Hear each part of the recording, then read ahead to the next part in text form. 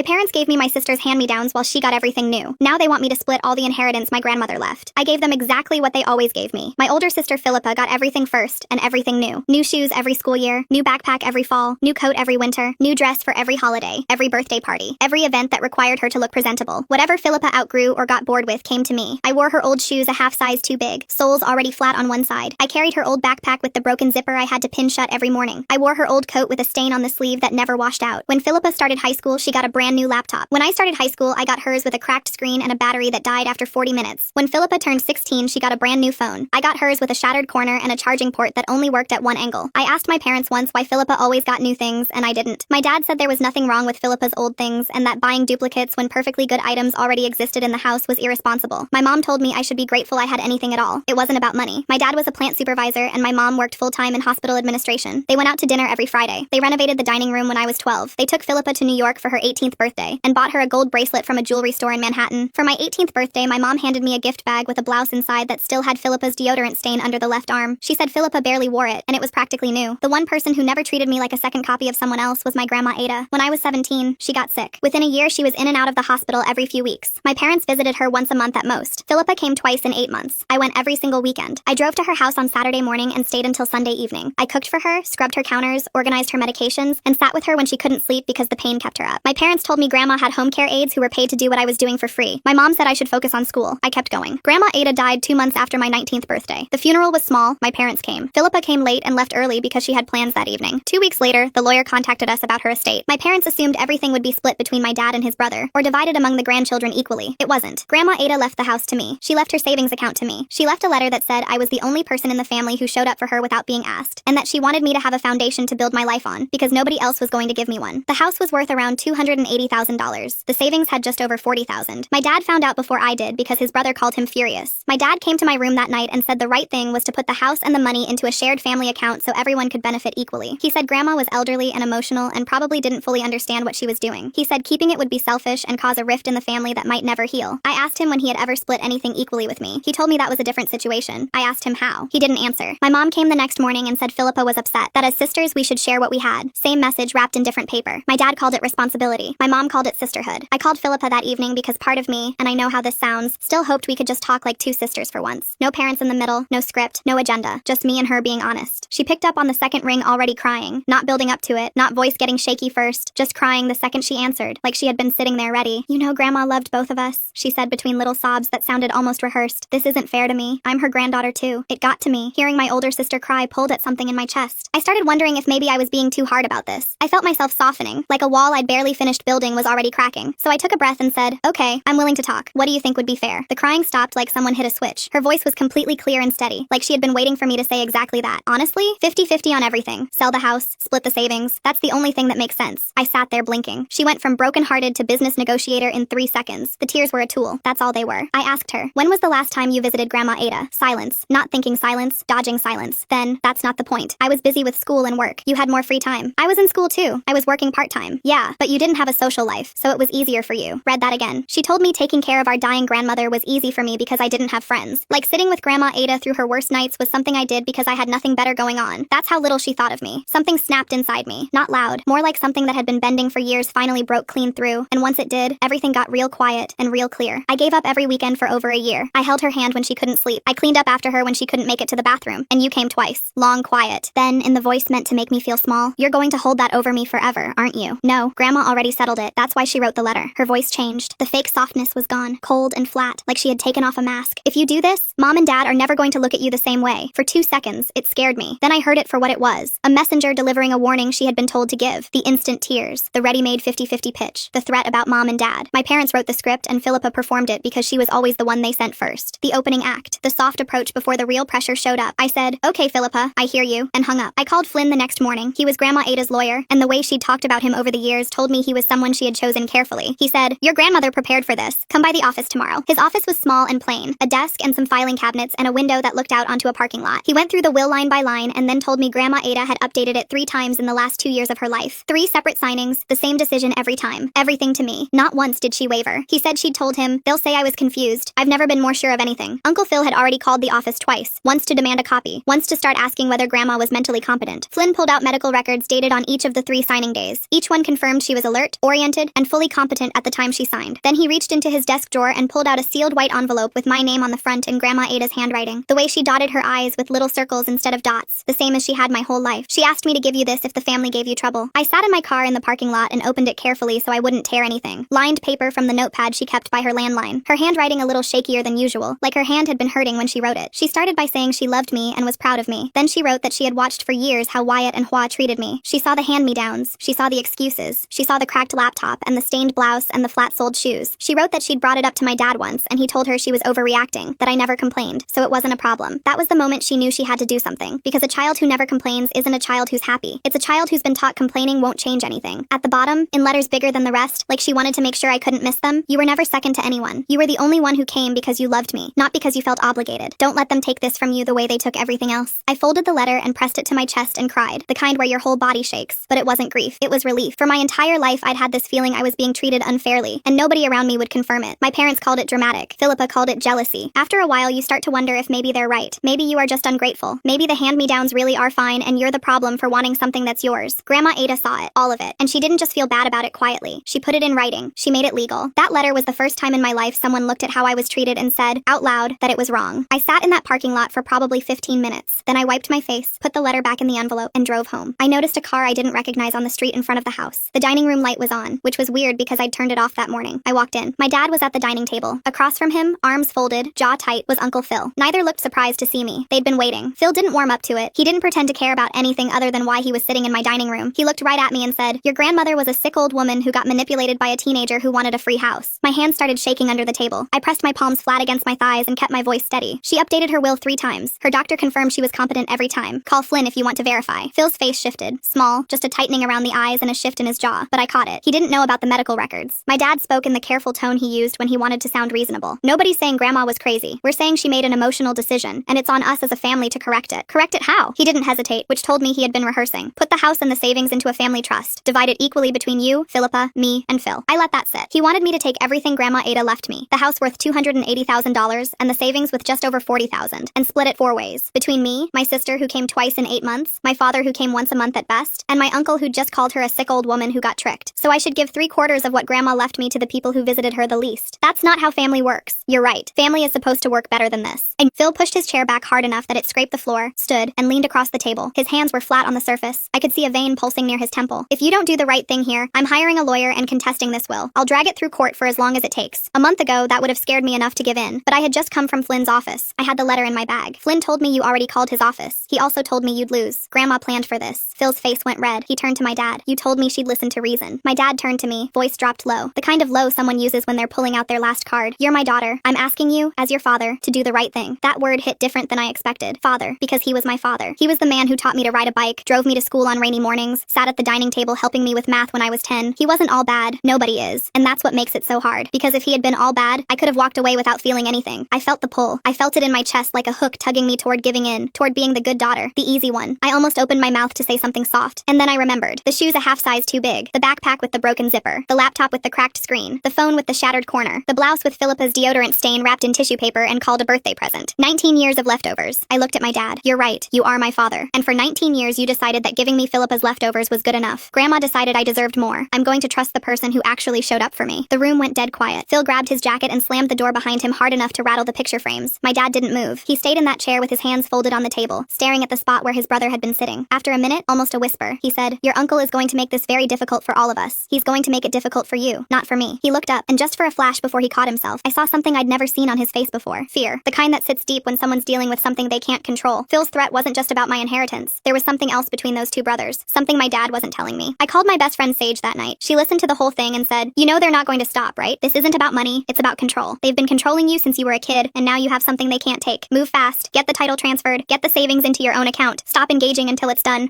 I called Flynn the next morning and told him to push the title through. 3 quiet days passed. I started to think maybe they'd backed off. On the 3rd day, I came home and my mom was sitting on my bed, just sitting there, hands folded, like she had been waiting for a while. I let myself in, Hua said, like that was a perfectly normal thing to do. We need to talk, just us. I stood in the doorway. What do you want, Mom? She looked at me with an expression that was supposed to be soft and motherly but felt more like a setup, the same way Philippa's tears had felt on the phone. Practiced, timed, ready. Philippa has been crying for days. She feels like you've chosen money over your own sister. She's not eating, she's not sleeping. Philippa told me I didn't have a social life, so caring for Grandma was easy for me. That's not someone who's heartbroken. That's someone who's angry she didn't get something for free. Hua blinked, regrouped. Her voice changed. The soft, concerned mother tone dropped away, and something more urgent took its place. Your father is under a lot of pressure from Phil. Things between them are complicated. If you don't share something, even a gesture, Phil is going to make your father's life very difficult. A new angle. Not sisterhood this time. Not fairness. What does Uncle Phil have over Dad? Her eyes flicked left, the way people's eyes move when they're deciding how much truth to let out. Then she pressed her lips together. That's between them, but I'm asking you as your mother. Help us. Same pattern. Vague threat I couldn't verify. Emotional appeal designed to make me feel guilty. Zero information. Your job is to fix problems you didn't create, absorb pain you didn't cause, and be grateful for the chance to do it. And even after everything, after Philippa's fake tears and my dad's guilt trip and Uncle Phil calling Grandma Ada a sick old woman, there was still a piece of me that wanted my mom to love me enough to stop. So I made my mistake. Fine.